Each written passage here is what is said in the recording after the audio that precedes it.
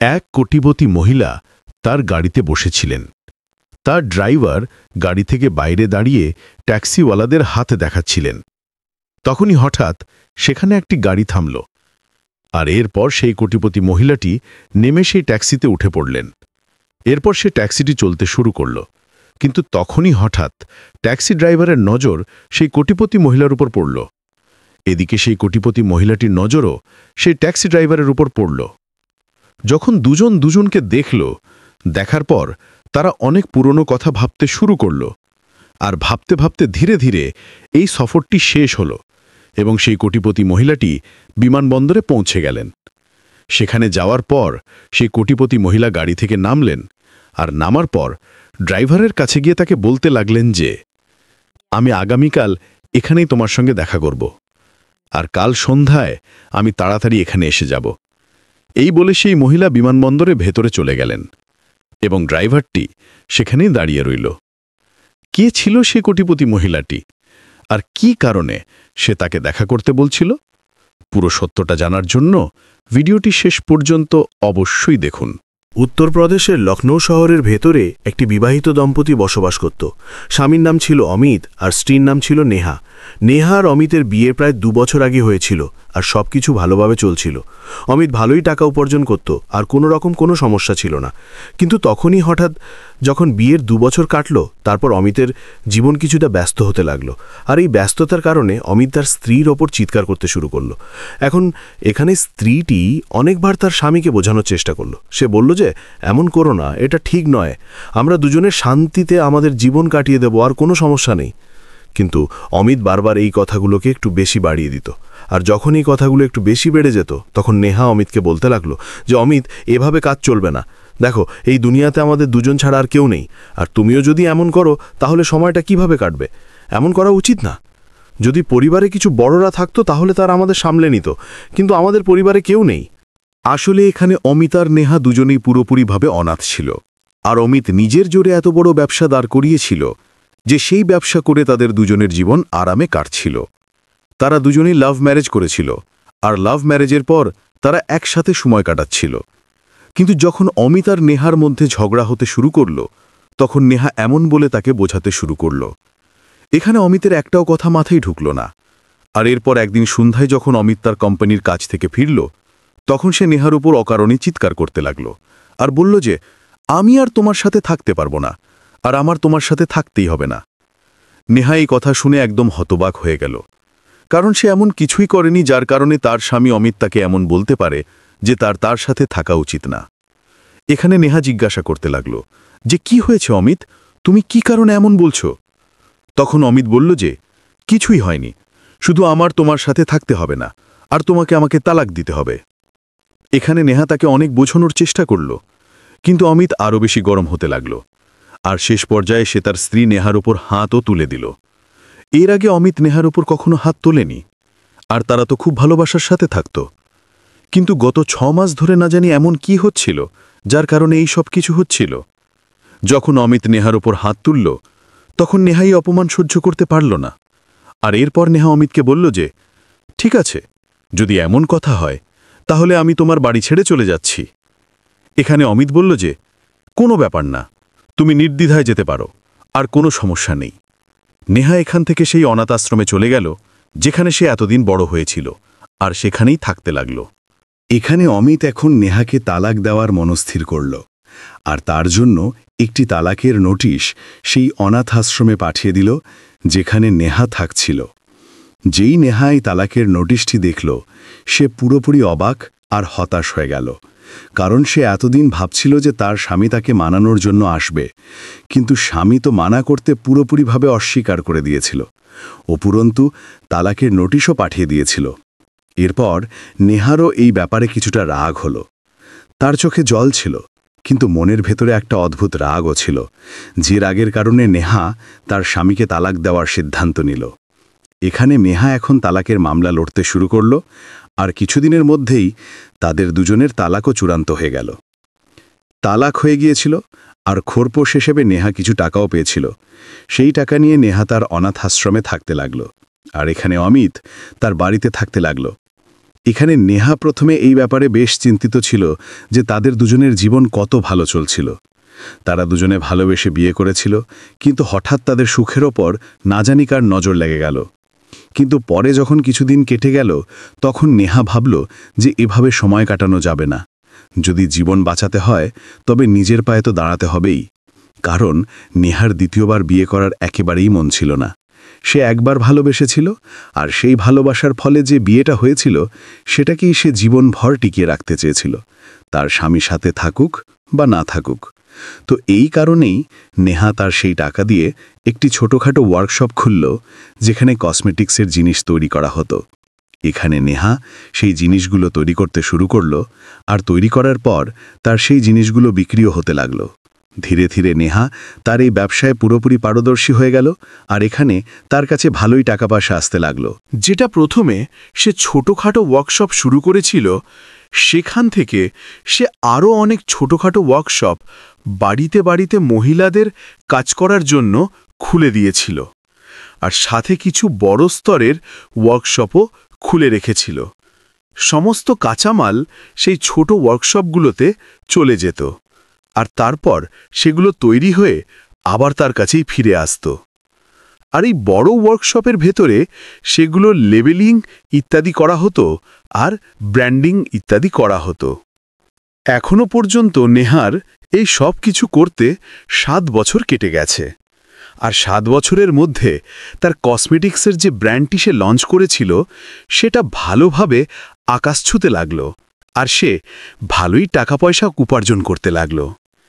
এখানে নেহার কাছে এখন তার একটি বাংলো আছে, যে বাংলোর ভেতরে সে লখনৌ শহরের ভেতরেই থাকত। এখানে নেহার কাছে তার একটি গাড়ি আছে, যে গাড়ির ভেতরে সে এদিক ওদিক তার ছোট ছোট ওয়ার্কশপগুলোতে ঘোরার জন্য যাতায়াত করত। যেহেতু এখানে নেহা নিজে ড্রাইভ করতে পারত, তাই সে কোনো ড্রাইভার রাখেনি, কিন্তু বাড়িতে একজন কাজের লোক অবশ্যই রেখেছিল, যে তার বাড়ির কাজ করত আর তার সাথে ভালোভাবে থাকত। তখন একদিনের কথা, নেহাকে একটি মিটিংয়ের জন্য দিল্লি যেতে হবে।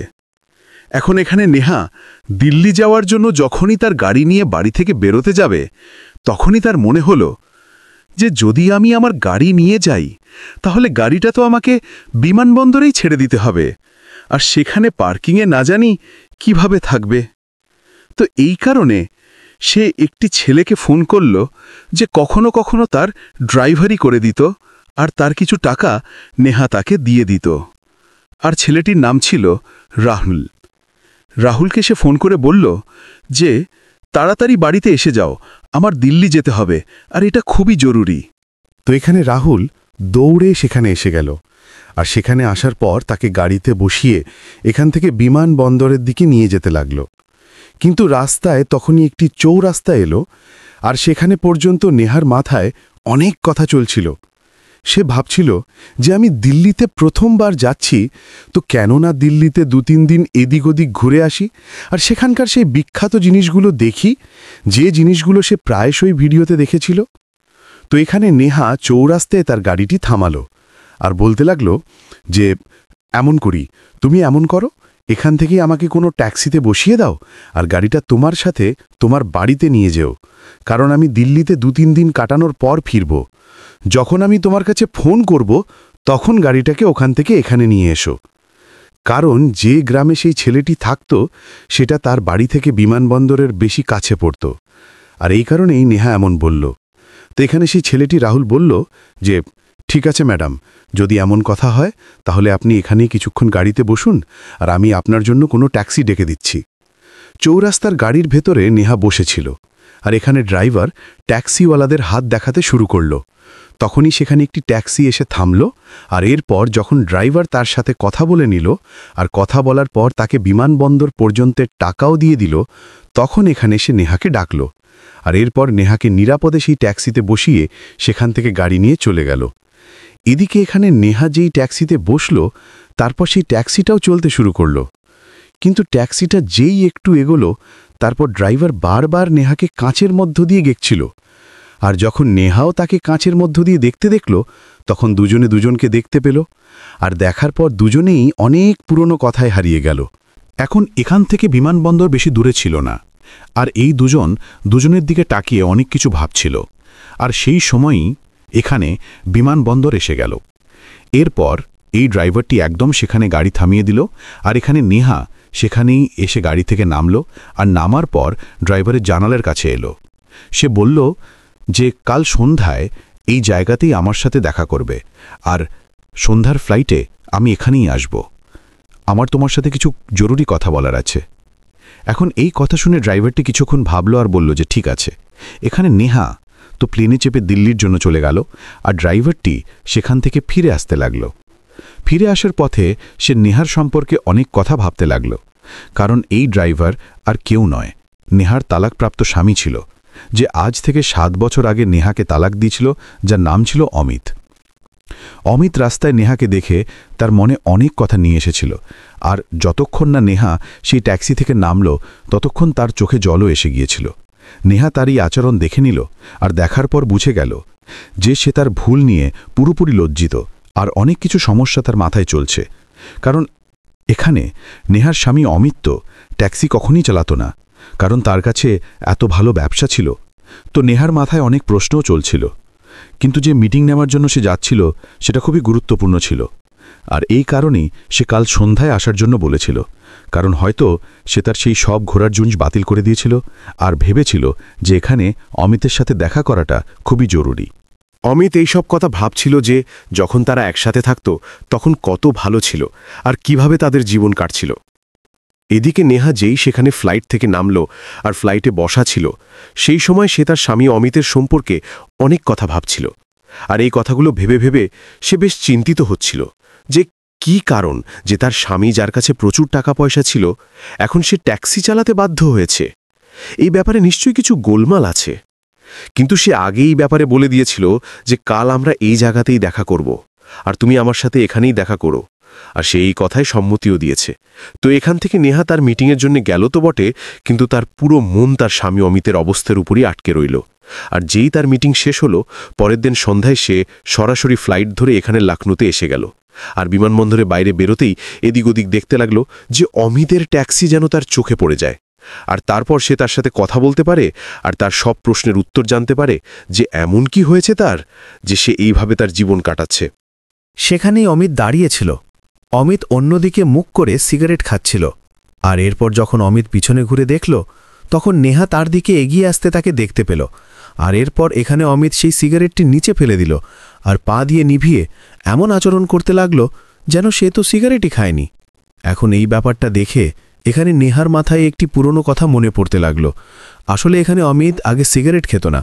যখন সে ব্যবসা শুরু করল আর ব্যবসায় কিছু ছোটখাটো লোকসান হতে লাগল, তখন সেই সব জিনিস দেখতে দেখতে তার কিছুটা টেনশন হতে লাগল। আর এই টেনশনের কারণে সে কখনো কখনো 2-4 টান লাগিয়ে নিত। যখন নেহা অমিতের এই আচরণের কথা জানতে পারল, তখন সে তাকে এই অভ্যাসটা ছাড়ার জন্য বলল। আর এরপর অমিত লুকিয়ে লুকিয়ে সিগারেট খেত, কিন্তু এই কথাগুলো নেহাও বুঝত, আর এই কারণেই সে তাকে বেশি কিছু বলতো না। আর তার সব ভুলগুলোকে সে যেভাবে দেখাতো যে সে সিগারেট খায়নি আর তার দুর্গন্ধ লোকানোর জন্য নানা রকম জিনিস খেত, সেই সব কথাকে সে উপেক্ষা করে দিত আর অমিতের সাথে খুশি থাকত। এখানে ধীরে ধীরে নেহা এখন অমিতের কাছে পৌঁছে গেল, আর অমিত একদম চুপচাপ দাঁড়িয়ে তার দিকেই দেখতে থাকল। মনে মনে দুজনের চিন্তার সাগরে চলছিল, আর এই সাগরের কারণে অনেক চিন্তা মনের ভেতরে ঘুরছিল। এখন এখানে অমিত ও নেহাকে কিছু বলতে পারল না। এদিকে নেহাও অমিতকে চাইলেও কিছু বলতে পারল না, আর চুপচাপ তার দিকে দেখতেই রইল। কিছুক্ষণ পর্যন্ত পরিবেশ পুরোপুরি গম্ভীর হয়ে গেল, আর দুজন দুজনকে দাঁড়িয়ে শুধু দেখছিলই। তখন এখানে নেহা সাহস করল, আর সাহস করার পর ট্যাক্সিতে হাত রেখে বলতে লাগল যে এই সব কিছু কতদিন ধরে চলছে।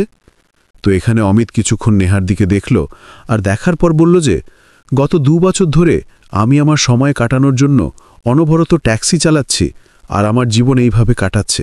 এখন এই কথা শুনে এখানে নেহা যখন কথা শুরু করেছিল, তখন সে জিজ্ঞাসা করতে লাগল যে কেন, এমন কি হয়েছে? তোমার কাছে তো প্রচুর টাকা পয়সা ছিল, আর হয়তো এই টাকার অহংকারে তুমি আমাকে তালাক দিয়ে দিয়েছিলে। আর এই কথা শুনে এখানে অমিত হাসতে লাগল, বলল যে হ্যাঁ, সময়টাই এমন এসে গিয়েছিল যে বাধ্য হয়ে আমাকে এই কাজ করতে হলো। কিন্তু বলো, তুমি আমাকে এখানে কেন ডেকেছো আর কি কথা তুমি বলতে চেয়েছিলে? তো এরপর এখানে নেহা বলল যে, দেখো, যখন থেকে তুমি আমাকে তালাক দিয়েছো সেই দিন থেকে একটা কথা আমার মাথায় আসছে না। কি কারণ হলো এমন যে আমাদের দুজনের মধ্যে এত দূরত্ব বেড়ে গেল? কারণ আমাদের দুজনের মধ্যে খুব গভীর ভালোবাসা ছিল। আমার তো আজও যদি আমি বিয়ে করার চিন্তা আমার মাথায় আনি যে অন্য কারো সাথে বিয়ে করে নিই, তবুও আমার এমন মনে হয় যে না, আমি শুধু অমিতের জন্যই তৈরি হয়েছি, আর সে ছাড়া আমার স্বামী আর কেউ হতে পারে না। কিন্তু তবু এমন আমাদের মধ্যে কি হয়ে গেল যে তুমি আমাকে তালাক দিতে লাগলে? আর এমন কি রাগ হলো? এমন কথা, যে কথাগুলো নিয়ে তুমি আমার সাথে ঝগড়া করতে, এমন তো আগেও হতো, কিন্তু আগে তো কখনো আমাদের এত লম্বা ঝগড়া চলেনি। তো এখানে অমিত বলতে লাগলো যে আসলে সময়টা এমন ছিল আর এই কারণেই সবকিছু হয়ে গেল। তো এখানে নেহা বলতে লাগলো যে অমিত, এমন তো নয় যে কেউ কিছু করিয়ে দিয়েছে আর সেই কারণে সবকিছু হয়ে গেছে। কিন্তু তখনই এখানে অমিত বলল যে, নেহা, এমন কিছুই নয়। যা কারণ ছিল সে ব্যাপারে আমি জানি, আর এমন কারণ তো একেবারেই নয়। এখন এখানে যখন নেহা এই কথা শুনল যে অমিত সেই কারণটি সম্পর্কে জানে, তখন সে বলতে লাগলো যে চলো, আমরা দুজন আলাদা তো হয়ে গেছি, কিন্তু এখন আমাকে কারণটা তো বলে দাও, কারণ আমাদের দুজনের তালাকের 7 বছর হয়ে গেছে। যদি কারণ এমন হয় যে যার কারণে আমি অন্য কারোর সাথে বিয়ে করতে পারি, তাহলে আমার জীবনের সেই খালি জায়গাগুলো আমি ভরে দিতে পারি, যে জায়গাগুলো এই টাকা ভরতে পারবে না, যে টাকা আমার কাছে আছে। এখন এখানে অমিত প্রথমে বলল যে না, কোনো ব্যাপার না, কিন্তু এখানে যখন নেহা বারবার বলল আর বলল যে আমি শেষ পর্যন্ত তোমার স্ত্রী ছিলাম কোনো একদিন, আর আমরা দুজনে একসাথে আমাদের জীবন কাটিয়েছিলাম, তাহলে তুমি আমাকে কেন বলতে পারছো না? তো এখানে অমিত বলার জন্য প্রস্তুত হয়ে গেল। সে বলল যে নেহা, আসলে সেই সময় যখন আমার ব্যবসা ভালোভাবে চলছিল, ঠিক সেই সময় আমি এমন অনেক পার্টনার তৈরি করেছিলাম যারা আমার সাথে মিলে আমার ব্যবসায় আমাকে সাহায্য করত। কিন্তু ধীরে ধীরে যেমন যেমন সময় কাটলো, সময়ের সাথে সাথে আমি এমন একটা কথা জানতে পারলাম, যা জানার পর আমার অনেক অস্থিরতা হতে লাগলো। আসলে আমার যত পার্টনার ছিল তারা নিজেদের মধ্যে মিটিং করলো আর বলল যে একে বের করে দাও, কারণ এসব কোম্পানিতে পার্টনারশিপ করছে আর নিজেরাই ব্যবসা সামলে নেবে। সব লোক মিলে সেই ব্যবসাটি হ্যান্ডওভার করার কথা বলছিল, আর এই কথা জানতে পেরেই আমার এই কথাগুলো নিয়ে বড় রাগ হতে লাগলো। তখন একদিন যখন আমি বাড়ি এলাম আর তারপর তুমি আমার সাথে কিছু কথা বললে, তখন আমার রাগ তো আসছিলই। আর এরপর আমি তোমাকে ধমকে দিলাম, কিন্তু যেই আমি তোমাকে ধমকালাম আর তুমি রেগে ঘরে চলে গেলে, তারপর আমার মনে হতে লাগলো যে আমি ভুল করেছি, আর আমি তোমাকে মানানোর জন্য ঘরের ভেতরেই যাচ্ছিলাম। কিন্তু ঠিক সেই সময় আমার মাথায় একটা চিন্তা এলো যে এভাবে যদি পার্টনাররা করে দেয়, তাহলে হয়তো আমার জীবন আরও বেশি দারিদ্র্যের মধ্যে কাটবে। আর আমি চাইছিলাম না যে তুমি কখনো এমন দারিদ্র্য দেখো, যে দারিদ্র্যের সাথে আমি অনেক দিন আগে লড়াই করে এসেছিলাম, আর তুমি ওই দারিদ্র্যের সাথে লড়াই করে এসেছো। তো এই কারণেই আমি সেই দিনের পর থেকে ধীরে ধীরে আমাদের দুজনের মধ্যে দূরত্ব বাড়াতে শুরু করলাম। কারণ যদি আমি তোমাকে সরাসরি বলতাম যে আমার কোম্পানি বন্ধ হতে চলেছে আর এই কারণে আমি তোমাকে তালাক দিতে চাই, তুমি একেবারেই এই কথা মানতে না, আর এই কারণেই আমি এমন করে তোমাকে তালাক দিয়ে দিলাম। এখানে নেহা যখন এই কথা শুনল, তখন তার চোখ থেকে ঝরঝর করে জল পড়তে লাগল। কারণ এখানে নেহা এতদিন এটাই ভাবছিল যে তার স্বামী টাকার অহংকারে এসে তাকে তালাক দিয়েছে। সে জানত না যে তার স্বামী তাকে দারিদ্র্যের মধ্যে ঠেলে দিতে চাইছিল না। এরপর এখানে অমিত বলল, ভালোই হলো যে তুমি সেই সময় আমাকে তালাক দিয়ে দিলে, না হলে তুমিও আমার মতো এভাবেই ধাক্কা খেতে। কারণ আমি ট্যাক্সি চালিয়ে আমার সময় কাটিয়ে থাকি, আর পার্টনাররা সেই সব কিছু করে দিল যা সব কিছু তারা বলছিল। এখানে অমিতের এই কথা শোনার পর এখানে নেহা তার চোখের জল মুছল আর মোছার পর বলতে লাগল যে অমিত, যদি এমন কথা ছিল তাহলে তুমি আমাকে অবশ্যই বলে দিতে। তুমি কি আমাদের ভালোবাসাকে এত দুর্বল ভেবেছিলে? তো অমিতের চোখে জল এসে গেল আর বলল যে যা হওয়ার ছিল তা হয়ে গেছে, কিন্তু এখন তুমি খুশি তো আছো? তোমার জীবন আরামে কাটাও আর ভুলে যাও সেই পুরনো কথাগুলো। কিন্তু তখনই নেহা বলল দে, না, কিভাবে ভুলে যাব আমি পুরনো কথাগুলো? কারণ তুমি তো আমার রন্ধ্রে রন্ধ্রে গেঁথে আছো, আর তুমি আমার প্রথম ভালোবাসা। তোমার জন্যে না তো আমি আজ পর্যন্ত বিয়ে করেছি, আর না কখনো বিয়ে করার চিন্তা আমার মাথায় আসে। এখন যদি এমন কথা হয় তো কোনো ব্যাপার না, টাকা পয়সা আমার কাছে আছে, আমি এখনও কোটিপতিদের মতো জীবন কাটিয়ে থাকি। তুমি এমন করো, আমার সাথে চলো, আর আমার কাছে নিজের বাংলো আছে, আর সেখানেই থাকো। আজ থেকে তোমাকে ট্যাক্সি চালানোর একেবারেই দরকার নেই। এখন এই কথা শুনে অমিত বলতে লাগল যে সত্যি নেহা। তো এখানে নেহা বলল যে হ্যাঁ অমিত, সত্যি এমনটা, আর চলো আমার সাথে। এরপর অমিত সেখান থেকে নেহার সাথে বসে তার বাংলোয় চলে গেল। আর যেই তার বাংলোটি দেখল, তার চোখ কপালে উঠে গেল, কারণ এখানে নেহা পরিশ্রম করে এত বড় সাম্রাজ্য দাঁড় করিয়ে ফেলেছিল যা কখনো অমিতেরও ছিল না। আর এখন সে ভালোভাবে তার জীবন কাটায়, না তো তার কোনো পার্টনার আছে, আর সমস্ত উপার্জন তারই কাছে আসে। এখানে অমিত সেখানে আসার পর নেহা আর অমিত ভালোভাবে থাকতে লাগল, আর আবার বিয়ে করে তাদের জীবন একসাথেই কাটাচ্ছে। আজকের দিনে অমিত আর নেহার পটি বাচ্চাও আছে, আর তারা দুজনে মিলেই সেই কোম্পানিগুলো চালায় যে কোম্পানিগুলো নেহা কখনো দাঁড় করিয়েছিল, আর ভালোভাবে আজও জীবন কাটাচ্ছে। তো বন্ধুরা, এই ছিল আজকের গল্প। আপনাদের কেমন লাগলো কমেন্ট সেকশনে জানিয়ে দেবেন। ভিডিও যদি ভালো লেগে থাকে তো ভিডিওটিকে লাইক আর চ্যানেলটিকে সাবস্ক্রাইব অবশ্যই করুন, যাতে আমরা আপনাদের জন্য এমন ভালো ভালো ভিডিও বানানোর জন্য কিছুটা উৎসাহ পেতে পারি। দেখা হচ্ছে কোনো নেক্সট ভিডিওতে নতুন টপিকের সাথে।